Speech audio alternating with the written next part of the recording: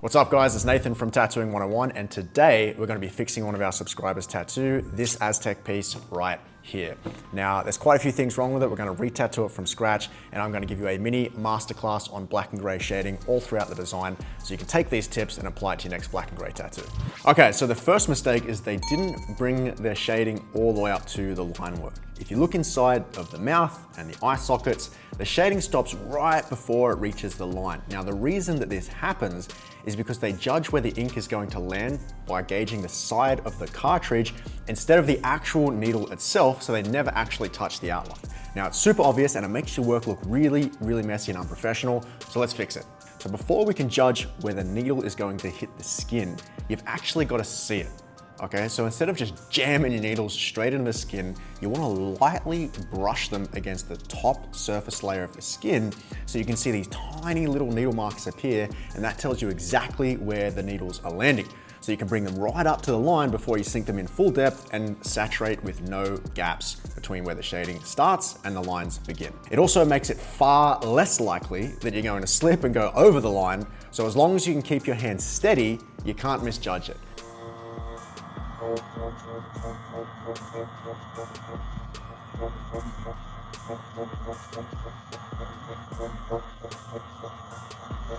But that said, if you keep getting ink that's dumping all over the skin, you still can't see where you're tattooing, you want to just increase that needle hang slightly, and that's going to reduce your ink flow so you have a lot more visibility when you're using your mag. Another thing that gets your shading nice and flush to the line is when you position the mag parallel to it, right? And then you move diagonally instead of back and forth. This is going to give you the most amount of saturation right up to the line with the least amount of trauma, but you just want to make sure that you avoid moving that mag side to side when you're packing, because if you do that, all the sharps are going to line up over a tiny surface area and it's just going to slice up the skin.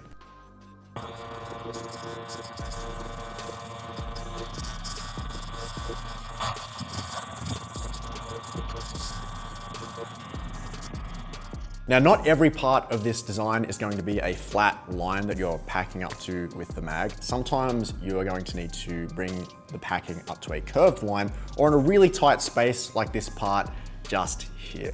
Now you see how it's way too small for me to fit the entire mag. This is where I use the corners of the needle by tilting it, and I just use a portion of the sharps and the grouping to pack in much, much smaller areas. This stops you from constantly needing to swap to smaller needles, which is going to save you a ton of time and money, and it keeps you from going over the lines even with a really, really large needle, because half of those sharps are actually outside of the skin. You get a naturally soft transition on one side of each pass and a hard edge on the other, so you can very easily blend the next gradient or color without actually whip shading those needles out. The next thing that we've got to fix is these scratchy needle marks. So if you look around the eyes and the corners of the mouth, you can see how it looks all patchy and scratched in. All of those needle marks are caused by moving the mag the wrong way when you're packing, okay? You can see they've just jammed the needles back and forth instead of in a nice, smooth, oval motion. Plus, they haven't put the mag in at an angle, and when you put the mag in flat, the tiny individual spaces between all of the sharps are visible in every single pass. Once you pack in scratchy, inconsistent fills like this, it's very, very hard to fix without hacking up the skin. So here's how we do this the right way. First up, when we pack, you want to make sure that the mag is on an angle. Okay, this ensures that it closes up the gaps between each of the individual sharps and saturates the skin way more with every single pass. Another benefit is that it stops the sharps from actually lining up. You can move in any direction, up, down, left, right, side to side. And this is important because when you move the mag side to side, the needles turn into a razor blade that just slices up the skin if you do it repeatedly, okay? Using the mag on an angle, or at least moving the mag diagonally, gets your packing nice and solid with the least amount of damage to the skin. Now you've heard me talk a lot about moving your mag needles in an oval motion when you're packing, okay? The reason this is so important, in addition to not letting the needles line up and slice the skin, is it also distributes the ink far more evenly, so you get a much more consistent fill instead of choppy sections.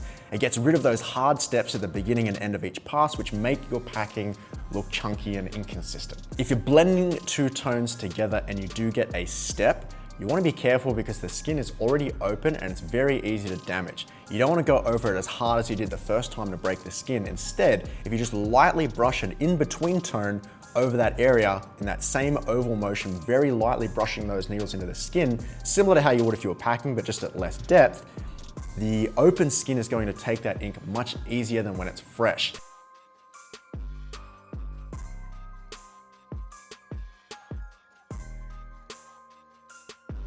This technique is cool because it's easy to control from any angle. You don't have to move around a whole lot during the tattoo. And it's very effective at cleaning up small, patchy bits of shading very, very quickly.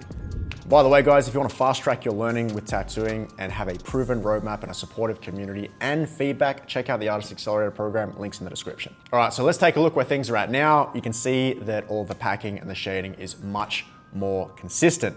The next thing that we've got to fix is the contrast. Now, when we take a look at these tones across the entire mask, there's next to no contrast, right? It's quite flat, and almost all of the darker areas transition through the entire value scale all the way down to skin tone. And this is why it reads flat, right? It doesn't pop and it ages badly.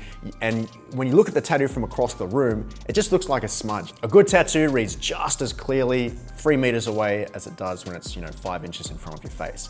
This one, you can't even tell what it is from 3 meters, okay? And this happens because there's no defined light source. The shadows are all scattered in random places that don't make sense to your eye. Not every single value in the piece needs to cross through the entire value scale, and it shouldn't, right? The more skin tone that you leave in the design, the less impact that skin tone has. Your lights are only going to look nice and bright when there's enough darkness around them to push them forward. So let's take a look at how to do this right when we saturate some of the darker tones here. When we saturate the lighter tones, I use a pendulum motion, never a packing motion.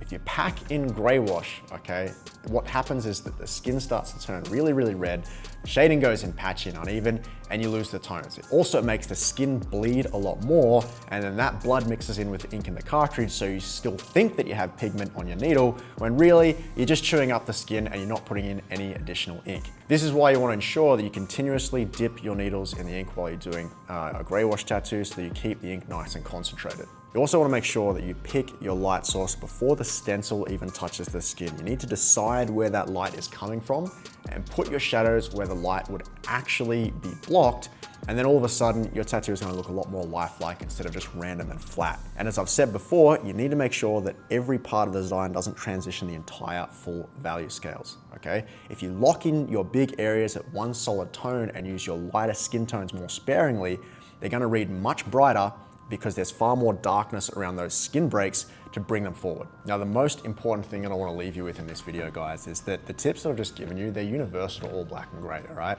Whether you're doing realism, neo-trad, new school, illustrative, whatever, it's gonna be the same techniques. Packing, lining, shading. If you can master those 3 things, okay, your tattoo is gonna get better regardless of what style that you do.